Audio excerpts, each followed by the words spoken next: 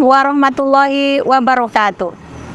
Bismillahirrahmanirrahim. Alhamdulillahirabbil alamin. Assalatu wassalamu ala asrofil anbiya'i wal mursalin Sayyidina wa maulana Muhammadin wa ala alihi wa sahbihi ajma'in. Amma ba'du. Pertama dan lebih utama, marilah kita ucapkan syukur kehadirat Allah Subhanahu wa taala karena berkat rahmat, kesehatan dan kesempatannya kita masih diberi waktu untuk terus mengabdi dan juga belajar.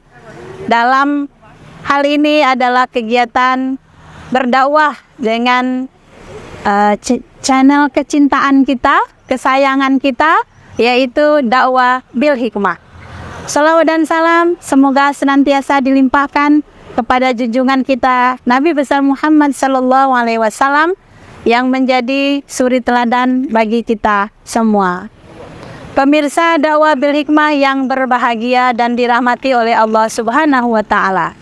Pada kesempatan ini kita akan menyampaikan tentang syarat-syarat harta yang wajib dizakati. Pemirsa yang dimuliakan oleh Allah Subhanahu wa taala, kita tahu bahwa zakat adalah kewajiban bagi umat Islam.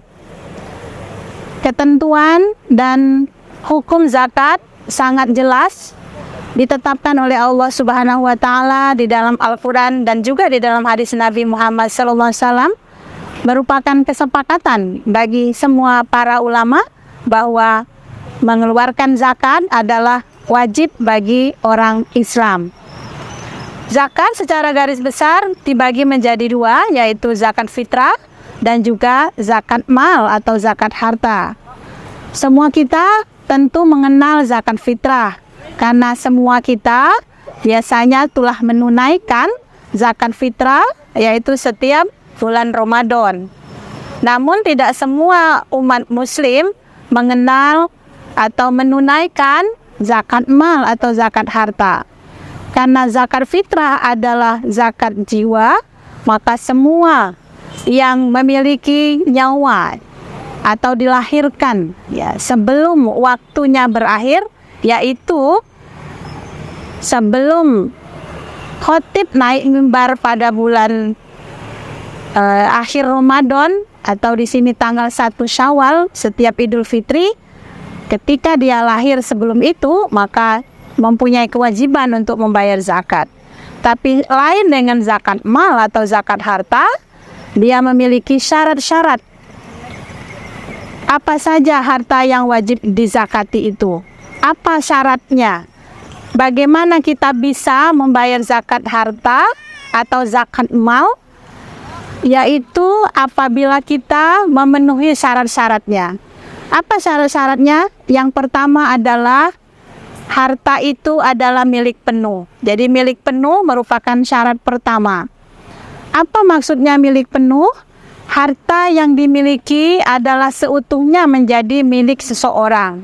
Sehingga dengan harta tersebut dia bisa melakukan apa saja, yaitu menggunakannya, ya, menjualnya atau juga menggadainya. Ya, intinya adalah bahwa harta yang dimiliki secara penuh oleh seorang muslim, maka dia wajib membayar zakatnya. Yang kedua adalah syaratnya berkembang.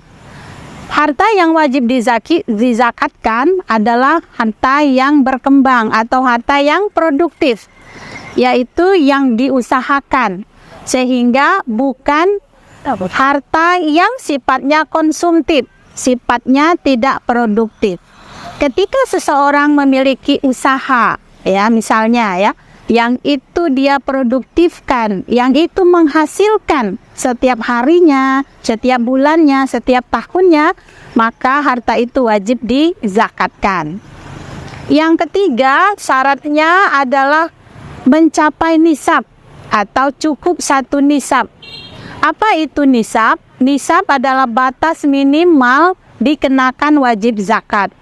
Ada beberapa pendapat tentang